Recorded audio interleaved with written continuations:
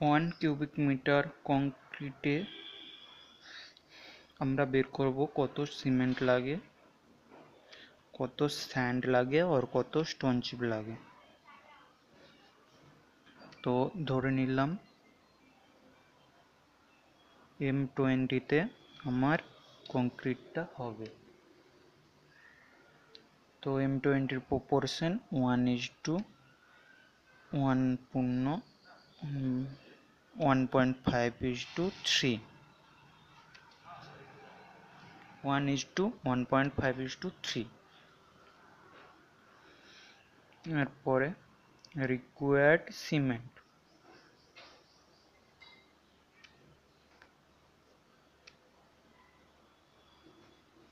কত সিমেন্ট লাগবে 1 cubic metre, তাই 1 ইন্টু প্রপোর্শনগুলোর যোগফল হচ্ছে 5.5, আর যেহেতু ওখানে 1 তো 0.182 mq।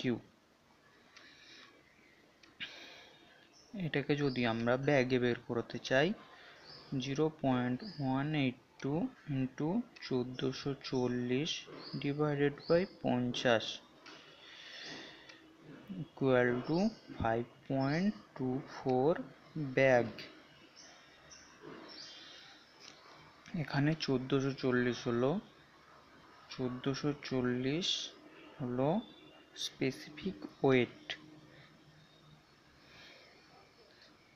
এটা কেজি পার এমকিউ। 1 এমকিউতে 1440 কেজি সিমেন্ট হয়।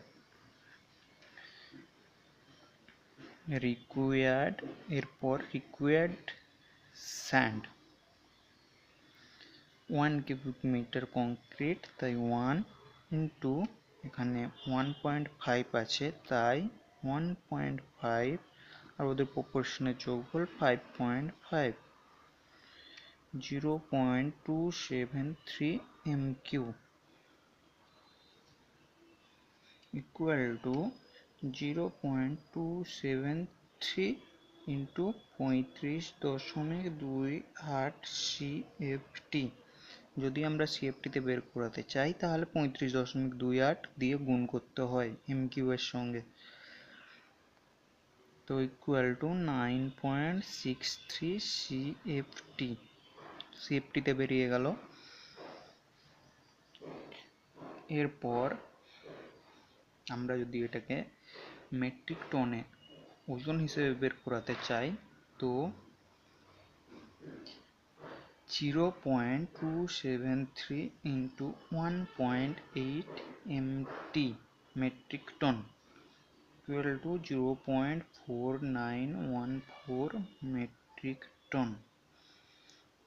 এখানে বলে রাখি 1 MQ সমান 35.28 CFT, আর 1 MQ স্যান্ড সমান 1.8 metric ton. Next required stone,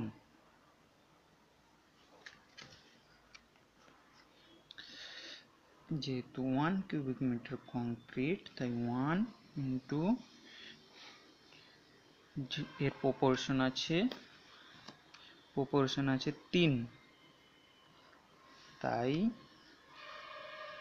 3 divided by, আর ওদের যোগফল 5.5 ইকুয়াল টু 0.55 mq।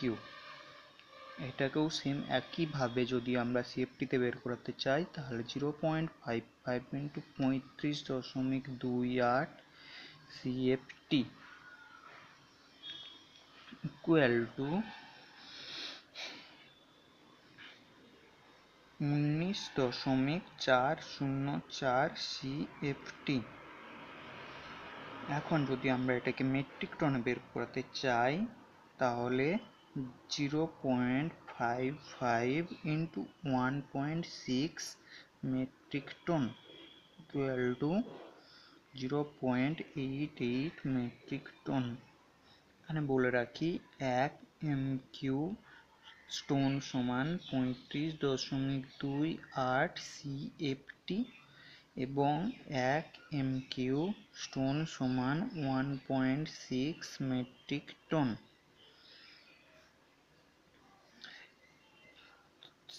স্টোনের ক্ষেত্রে স্টোনের স্পেসিফিক ওয়েট হলো 1.6 মেট্রিক টন, আর স্যান্ডের ক্ষেত্রে হলো 1.8 মেট্রিক টন। এটা মনে রাখা অত্যন্ত জরুরি। তো এইভাবে আমরা পেয়ে যেতে পারি আমাদের 1 কিউবিক মিটার কংক্রিটে কত স্যান্ড, কত সিমেন্ট, কত স্টোন লাগে।